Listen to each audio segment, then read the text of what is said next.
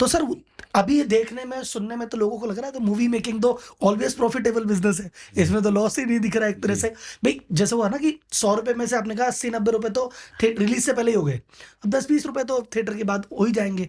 तो ये जितना ग्लैमरस और जितना प्रॉफिटेबल दिख रहा है उतना ही है, या अंदर कुछ ऐसी चीजें हैं कि हिडन चैलेंजेस हैं जो आप लोग ही जानते हैं प्रोड्यूसर की, भाई साहब ऐसे ऐसी भी चीजें हो जाती है। सर ये मतलब मैं बोलूँगा ग्लैमरस तो दिखता है बाहर से, बट ये क्या बोलते हैं ना, हर दिन की सर्वाइवल है ये। हाँ। बस ये ग्लैमर खाली बाहर से है, 5% होगा, rest everything is we are dealing with uncertainty, we are dealing with failures. Yes, मैं दो चीज़ बता रहा हूँ इसमें। सो हमारे ओवर बजट का एक डर रहता है, कोई कारण से आपका ओवर बजट हो गया तो आपने सेकंड टाइम कभी कभी आपकी सैटेलाइट या ओटीटी डील नहीं हुई, शुरू में आपको लगी कि हो गई, बट तब तक उनकी कुछ प्रोग्रामिंग चेंज हो गई, उन्होंने लगा कि नहीं यार ऐसे नहीं, मतलब आपने सोचा 50 करोड़ में तो बेच ही दूंगा और वो दे ही 20 से ऊपर नहीं रहा तो हो गया लॉस सीधे सीधे। तो आई थिंक ये हर एक बिजनेस में, क्योंकि हर सिर्फ अच्छा होता तो हर आदमी पिक्चर ही बनाता, सो अपनी इंटरनल चैलेंजेस है। तो इसमें आपके रिलेशनशिप काम आते हैं, आपकी गट फीलिंग काम आती है, आपका फार साइटेडनेस काम आता है कि अभी चलो ये ऐसी फिल्में चलने वाली है 1 साल बाद,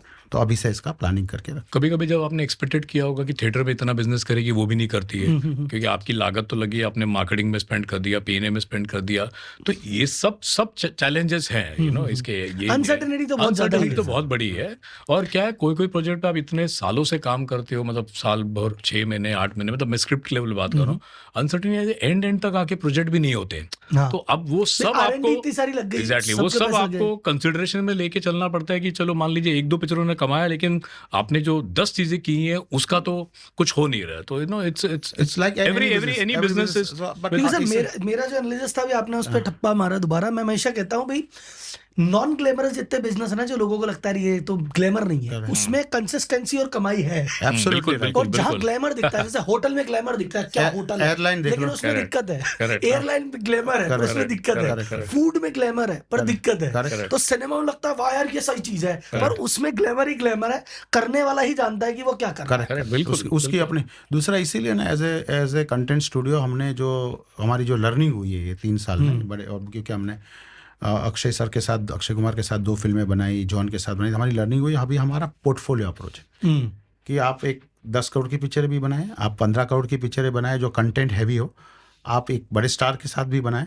सो क्या होता है कि आपको पता है कि कहीं ना कहीं आपका जैसे पोर्टफोलियो आपके आप सबसे ज्यादा जानते हो, आप तो राहुल भाई सीईओ, तो पोर्टफोलियो अप्रोच आपको पता है कि वो बैलेंस हो जाता है। सही, एक तो निकल जाएगी चीजें, कुछ ना कुछ तो निकल जाएगा। तो ये प्राइसिंग में बनाया, और जैसे जस्ट टू ऐड रीजनल भी है, तो ऐसे नहीं कि मेन स्ट्रीम हिंदी, बिकॉज अब रीजनल बहुत बड़ी अपॉर्चुनिटी है। चाहे जैसे यू नो आप गुजराती देख लीजिए, आप मलयालम, तेलुगु, ये भी बहुत बड़ी अपॉर्चुनिटी है। तो अब वो पोर्टफोलियो वही है कि you spread across with different size and scale across languages, ताकि उसका आपको एक यू नो पूरे पोर्टफोलियो में कुछ चीजें तो आपकी मतलब एक कुछ तो छक्का मारेगा, कुछ तो छक्का मारेगा। जैसे सैयारा था 25-30 करोड़ की फिल्म में, आज 350 से ज्यादा धंधा किया। तो कभी अरे जो बीच में 15 करोड़ रुपए की एनिमेटेड आ गई थी 360 करोड़ का 360 करोड़। तो ये भी छक्के तो पड़ते हैं, लेकिन वो छक्कों से पहले कितनी बार हिट विकेट होता है, नो बॉल होती है, वो तो आप ही जानते हैं।